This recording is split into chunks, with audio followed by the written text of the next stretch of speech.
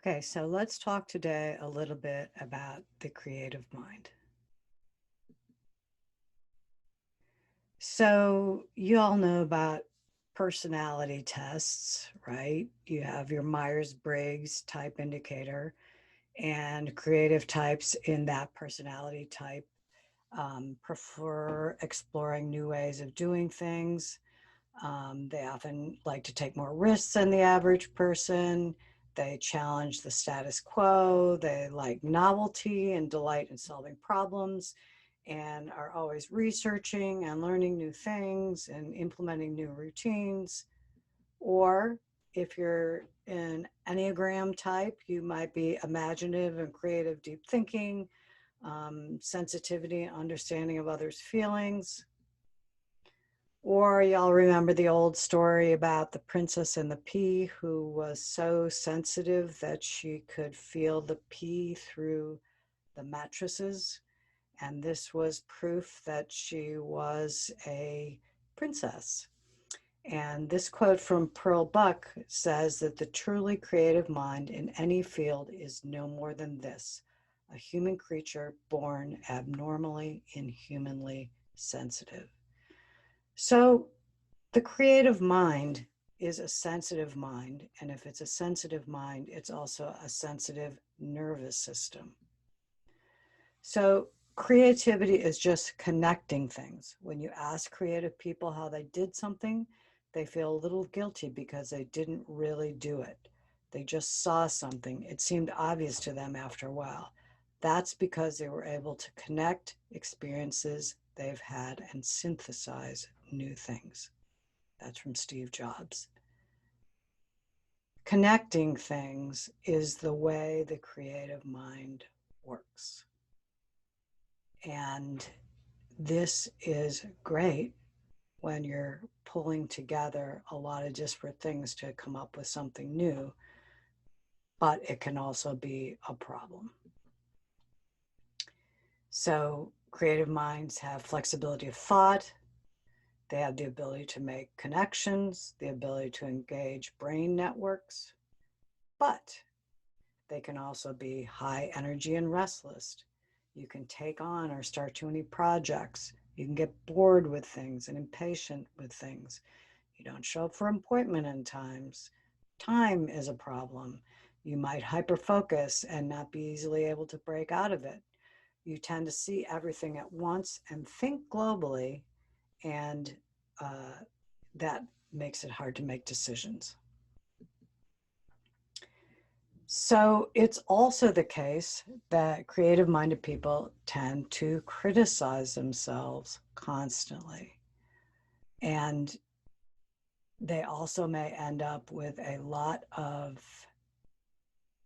diagnoses, from ADHD to autism to HSP to empaths.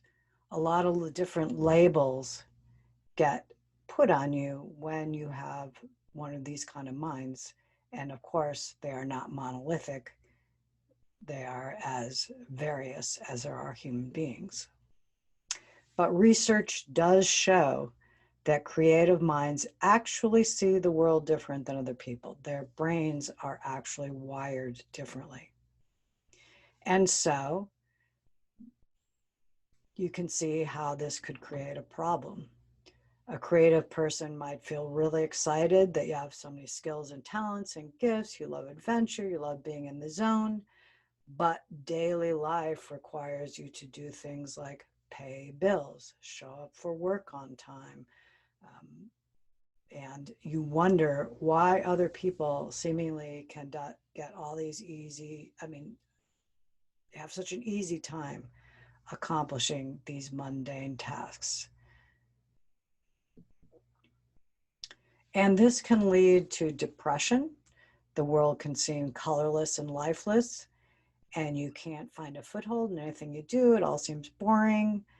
You might be anxious, overwhelmed by everyday tasks. You could panic about how you're going to find a job, and you can be very afraid of just failing. Or you end up with a lot of self doubt. You know you have so much to offer, but no one seemed to understand what you're up against. There must be something wrong with you. So the trick to all this is you've got to stop working against yourself. This cartoon has always been a favorite of mine because it shows that everybody has to take the same exam, climb that tree. And in this picture, of course, the monkey is like, cool, I've got this. And the elephant looks perplexed. And the penguin is disbelieving. And this is what we often feel like we're running up against, a test, an exam in life, that we don't get to use our best skills and our best selves when we have to do things that don't work well for us. So the message today is that you have to approach things differently, even yoga.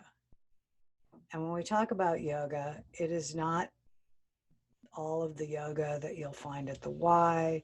It's not all of the yoga that you find in various classes. It's not all of the fancy words. It is the journey of the self, through the self, to the self. And this is why yoga can be so powerful for those of us with sensitive nervous systems, because it can get to the very root level of ourself and help us to know and understand ourselves better, and to then be able to work with ourselves and not against ourselves. And another really important aspect of all this is that you have to learn to play. Yoga is play. It is not something serious that we have to take super seriously. So take it lightly, enjoy yourself, and have fun and play.